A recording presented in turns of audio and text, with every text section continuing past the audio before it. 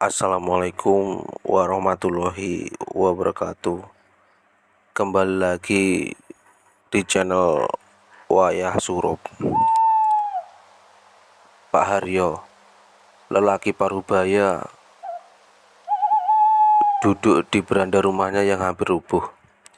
Ia menatap kosong ke gelapnya malam. Pikirannya bercampur aduk. 3 anaknya tertidur di ruang tengah, beralaskan tikar tipis. Istrinya Bu Minten duduk di sampingnya, membawa secangkir kopi hangat dan sepiring singkong rebus.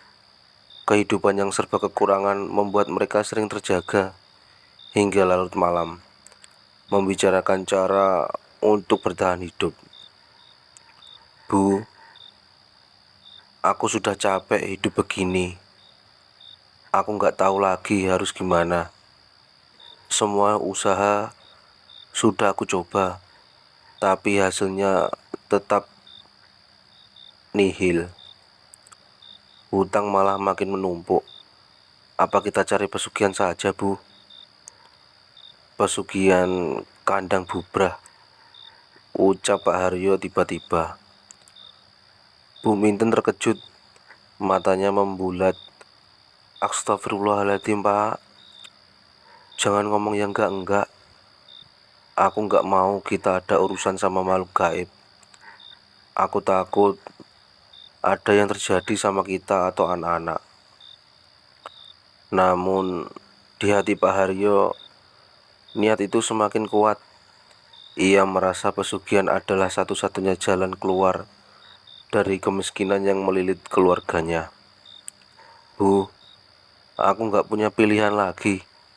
Kita ini miskin, nggak punya apa-apa. Anak-anak butuh masa depan.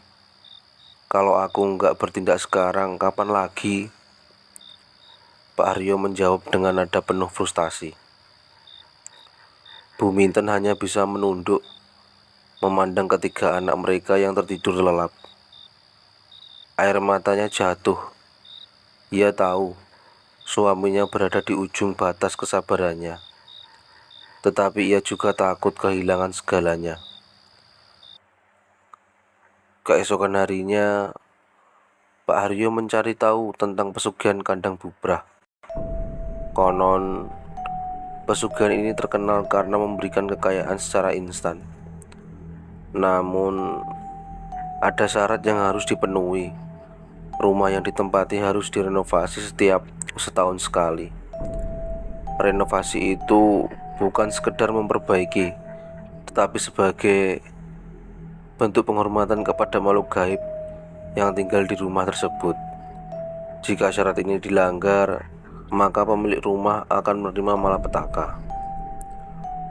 Pak Haryo, tanpa sepengetahuan Bu Minten, menemui seorang dukun yang dikenal bisa membuka jalan menuju pesugihan tersebut. Dukun itu seorang lelaki tua berjenggot putih, memandang Pak Haryo dengan tatapan tajam. Kamu yakin, Nak? Pesugihan kandang bubrah bukan mainan. Sekali masuk, tidak ada jalan keluar. Kau harus siap dengan syaratnya, ujar sang dukun dengan suara berat.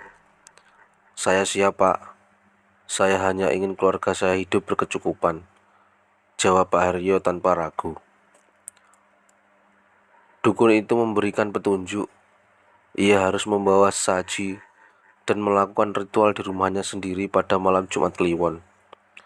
Setelah itu, makhluk gaib akan menetap di rumahnya dan memberikan kekayaan. Namun, Pak Haryo harus merenovasi rumah itu setiap tahun, atau ia dan keluarganya akan menerima kutukan. Malam Jumat Kliwon itu tiba. Pak Haryo melakukan ritual sesuai arahan dukun. Ia menyebar bunga 7 rupa di setiap sudut rumah, membakar dupa, dan mengucapkan mantra yang telah diajarkan. Ketika ritual selesai, suasana rumah menjadi mencekam. Angin dingin berembus, lampu minyak bergetar, dan dari arah dapur Terdengar suara langkah kaki yang berat. Pak Haryo gemetar, tapi ia tetap diam. "Aku datang memenuhi panggilanmu." Suara itu terdengar serak dan bergema di telinganya.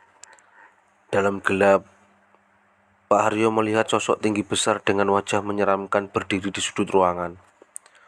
Sosok itu mengangguk pelan, lalu menghilang ke dalam kegelapan. Setelah malam itu, kehidupan Pak Haryo berubah drastis. Dalam beberapa bulan, Pak Haryo mulai mendapat banyak pekerjaan besar. Rezeki mengalir deras dan hutang-hutangnya lunas.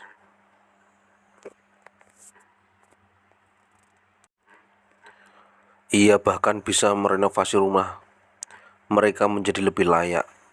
Bu Minten merasa senang, meski hatinya tetap dihantui rasa curiga.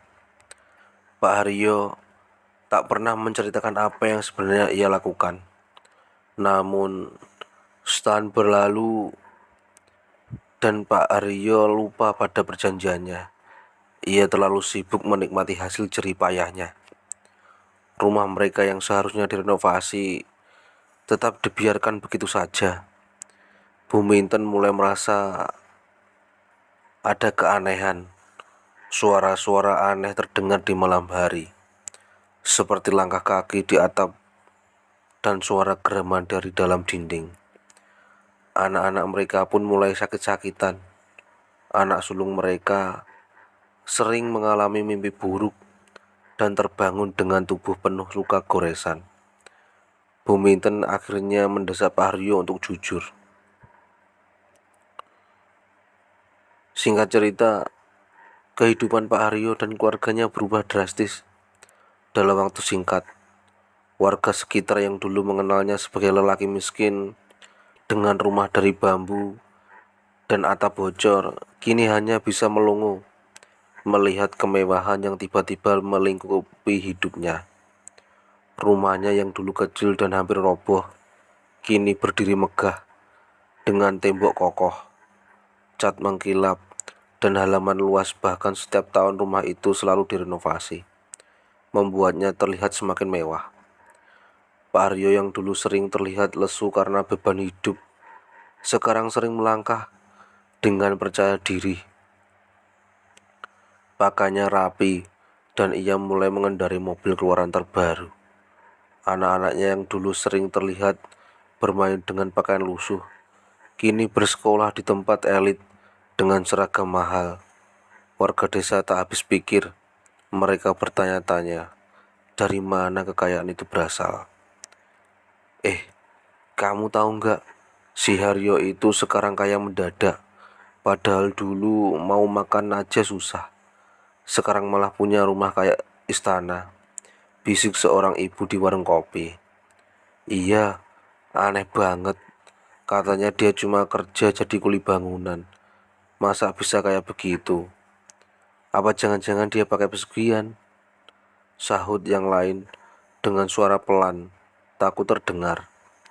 Gosip tentang pesugihan mulai menyebar di desa. Beberapa warga bahkan mengaku melihat keanehan di rumah Pak Haryo, terutama pada malam-malam tertentu. Mereka sering mendengar suara-suara aneh dari dalam rumah itu, seperti langkah kaki yang berat, gemerincing rantai, atau suara geraman yang menggetarkan hati. Sementara itu, Bu Minten merasakan ada sesuatu yang tidak beres. Meski hidup mereka kini berkecukupan, hatinya selalu gelisah. Setiap malam, ia merasa seperti diawasi. Kadang-kadang, ia melihat bayangan hitam besar bergerak cepat di sudut-sudut rumah. Ia juga sering mendengar suara bisikan yang tak jelas asalnya. "Pak, kenapa aku merasa rumah ini nggak tenang? Kaya memang bikin kita bahagia, tapi aku takut." "Apa yang sebenarnya kamu lakukan, Pak?" tanya Bu Minten. Suatu malam matanya penuh kecurigaan. Pak Haryo hanya terdiam. Ia tahu bahwa semua ini adalah bagian dari perjanjiannya dengan makhluk gaib di kandang bubrah. Ia juga tahu bahwa setiap renovasi rumah bukan hanya untuk mempercantik, tetapi sebagai bentuk penghormatan kepada makhluk yang tinggal di sana. Jika ia berhenti merenovasi, konsekuensinya akan sangat mengerikan. Sudah Bu, jangan terlalu dipikir. Yang penting kita sekarang hidup berkecukupan. Anak-anak sekolah dan gak perlu lagi makan singkong tiap hari, jawab Pak Aryo berusaha menenangkan istrinya. Namun, keanehan semakin terasa. Beberapa pekerja yang membantu merenovasi rumah Pak Haryo setiap tahun mulai bercerita tentang pengalaman menyeramkan mereka. Salah satu tukang mengaku melihat bayangan hitam besar yang tiba-tiba muncul di sudut ruangan, lalu menghilang begitu saja. Pak, rumah ini ada penghuninya ya? Saya tadi lihat sesuatu di belakang rumah, tinggi besar, matanya merah, kata seorang tukang kepada Pak Haryo dengan wajah pucat. Pak Haryo hanya tersenyum kecil. Ah, mungkin cuma halusinasi kamu. Sudah, lanjut kerja saja, ujarnya berusaha mengalihkan perhatian. Namun, semakin banyak pekerja yang mengalami hal serupa. Beberapa bahkan memutuskan untuk berhenti bekerja di tengah proyek renovasi karena tak sanggup menghadapi suasana mencekam di rumah itu. Warga desa semakin yakin bahwa Pak Haryo terlibat pesugihan, terutama karena ada satu keanehan yang selalu mereka perhatikan. Renovasi rumahnya selalu dilakukan pada bulan yang sama setiap tahun, tepat sebelum malam Jumat Kliwon. Mereka juga menyadari bahwa Pak Haryo jarang bersosialisasi, bahkan keluarganya hampir tidak pernah terlihat keluar rumah kecuali untuk hal-hal penting. Di tengah gosip dan ketakutan warga, Pak Haryo terus hidup dalam bayang-bayang perjanjian yang telah ia buat. Ia tahu bahwa hidupnya penuh kemewahan, tetapi ada harga yang harus dibayar. Setiap malam, ia dihantui oleh suara-suara gaib dan bisikan mengerikan. Namun, ia juga tahu bahwa jika ia berhenti memenuhi syarat renovasi, nyawa keluarganya akan menjadi taruhannya. Kehidupan Pak Haryo yang terlihat mewah dari luar ternyata menyimpan kegelapan yang mendalam. Warga desa hanya bisa mengawasi dari kejauhan, takut untuk terlibat, tetapi tetap menunggu dengan waspada kapan kehancuran itu akan datang. Pak Haryo akhirnya memutuskan untuk pindah dari rumah megahnya. Setelah bertahun-tahun tinggal di sana, ia dan keluarganya tak sanggup lagi menghadapi gangguan gaib yang semakin menjadi-jadi. Anak-anaknya sering mengalami mimpi buruk, terbangun dengan luka-luka yang muncul secara misterius, dan bahkan jatuh sakit tanpa sebab yang jelas. Buminten pun kian terguncang, merasa seperti terus diawasi oleh sesuatu yang tak terlihat. Dengan berat hati, mereka meninggalkan rumah itu, rumah yang dulunya penuh kenangan pahit dan manis, kini menjadi simbol dari keputusan kelam yang pernah diambil Pak Haryo. Sudah cukup Bu, aku nggak mau keluarga kita hancur. Kita cari tempat lain, meskipun kecil, asal kita bisa hidup tenang, ucap Pak Haryo kepada istrinya. Rumah besar itu dibiarkan kosong. Namun, Pak Haryo meminta Pak Nardi, seorang tetangga yang mereka percayai, untuk menjaga dan merawat rumah itu. Pak Nardi seorang pria tua yang dikenal rajin. Setiap hari datang membersihkan halaman, menyapu lantai, dan memastikan rumah tetap terawat meskipun tak berpenghuni. Anehnya, meski rumah itu kosong, Pak Nardi sering merasa seperti tidak sendiri saat bekerja. Kadang ia mendengar suara langkah kaki di dalam rumah, padahal tidak ada siapa-siapa. Suara gemerincing rantai dan bisikan halus juga sering terdengar, terutama menjelang malam. Ah, mungkin hanya perasaan saya saja, gumam Pak Nardi, berusaha menghibur dirinya. Namun ia tak bisa memungkiri bahwa suasana rumah itu selalu terasa mencekam, terutama saat ia bekerja hingga senja. Seiring waktu, rumah megah itu mulai menarik perhatian orang-orang yang mencari tempat tinggal. Pak Haryo menawarkan rumah tersebut untuk dikontrakkan, berharap bisa mendapatkan sedikit penghasilan darinya. Namun, setiap penghuni baru yang datang tak pernah bertahan lama. Penghuni pertama adalah sebuah keluarga kecil yang terlihat bahagia ketika pertama kali menempati rumah itu. Mereka bahkan sempat mengundang tetangga sekitar untuk acara syukuran. Namun, hanya dalam waktu 2 bulan, mereka memutuskan pindah tanpa alasan yang jelas. "Maaf Pak Nardi, kami nggak bisa tinggal di sini lagi. Ada hal yang tidak bisa kami jelaskan," ujar kepala keluarga itu dengan wajah pucat. Keluarga itu tidak pernah menceritakan apa yang mereka alami, tetapi kabar mulai menyebar bahwa rumah itu angker. Penghuni berikutnya, seorang pasangan muda, juga mengalami hal serupa. Mereka mengaku sering mendengar suara ketukan di pintu kamar tengah malam, padahal tidak ada siapapun. Piring-piring di dapur sering jatuh sendiri, dan bayangan hitam tinggi besar kerap muncul di sudut ruangan. "Kami juga melihat suatu di cermin, Pak. Sosok itu menatap kami dengan mata merah menyala. Kami nggak sanggup lagi tinggal di sini," cerita mereka kepada Pak Nardi sebelum pergi dengan tergesa-gesa. Keanehan rumah itu akhirnya menjadi rahasia umum desa. Warga percaya bahwa gangguan itu berasal dari perjanjian yang pernah dibuat Pak Haryo dengan makhluk gaib. Makhluk itu masih merasa tinggal di rumah tersebut dan menuntut agar syarat renovasi tahunan tetap dilakukan. Karena tidak ada yang menemui syarat itu sejak kepergian Pak Haryo, makhluk tersebut marah dan mengganggu siapapun yang tinggal di sana. Pak Nardi yang masih setia merawat rumah itu semakin sering mengalami kejadian aneh. Suatu sore, ketika ia sedang menyapu halaman, ia melihat sosok besar dengan mata merah berdiri di pintu rumah. Memandangnya tajam, tubuh Pak Nardi kaku dan jantungnya berdegup kencang. Ia hanya bisa berdoa dalam hati hingga sosok itu menghilang. Rumah ini memang ada penghuninya. Mereka tidak suka rumah ini kosong terlalu lama, gumam Pak Nardi kepada dirinya sendiri.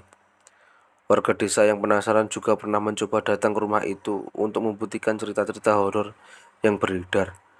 Beberapa dari mereka mengaku mendengar suara langkah berat di lantai atas, meskipun rumah itu hanya memiliki satu lantai. Ada pula yang melihat sosok bayangan besar melintas di jendela. Pak Haryo yang kini tinggal jauh dari desa tetap dihantui rasa bersalah, meski keluarganya telah hidup tenang di tempat baru. Ia tahu bahwa rumah lamanya masih menjadi pusat dari energi gelap yang ia undang melalui pesugihan kandang bubrah. Ia tak pernah menceritakan sepenuhnya kepada Buminten atau anak-anaknya tentang apa yang sebenarnya terjadi di rumah itu. "Biarkan saja Pak Nardi, kalau ada yang mau tinggal, ya silahkan, kalau enggak biarkan kosong," ucapnya suatu hari ketika Pak Nardi melapor bahwa penghuni baru kembali pergi. Rumah itu kini berdiri seperti monumen bisu, menyimpan rahasia kelam yang tak pernah bisa dihapus. Warga desa semakin yakin bahwa rumah tersebut tidak akan pernah benar-benar bisa dihuni. Setiap kali ada yang mencoba, mereka selalu pergi dengan tergesa-gesa, meninggalkan rumah itu dalam kesunyian yang mencekam.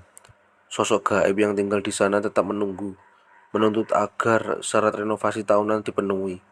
Hingga saat ini, rumah itu tetap menjadi misteri yang menakutkan, menjadi pengingat akan konsekuensi dari sebuah perjanjian dengan dunia gaib. Selesai. Oke, terima kasih. Semoga terhibur. Akhirul kalam. Wassalamualaikum warahmatullahi wabarakatuh.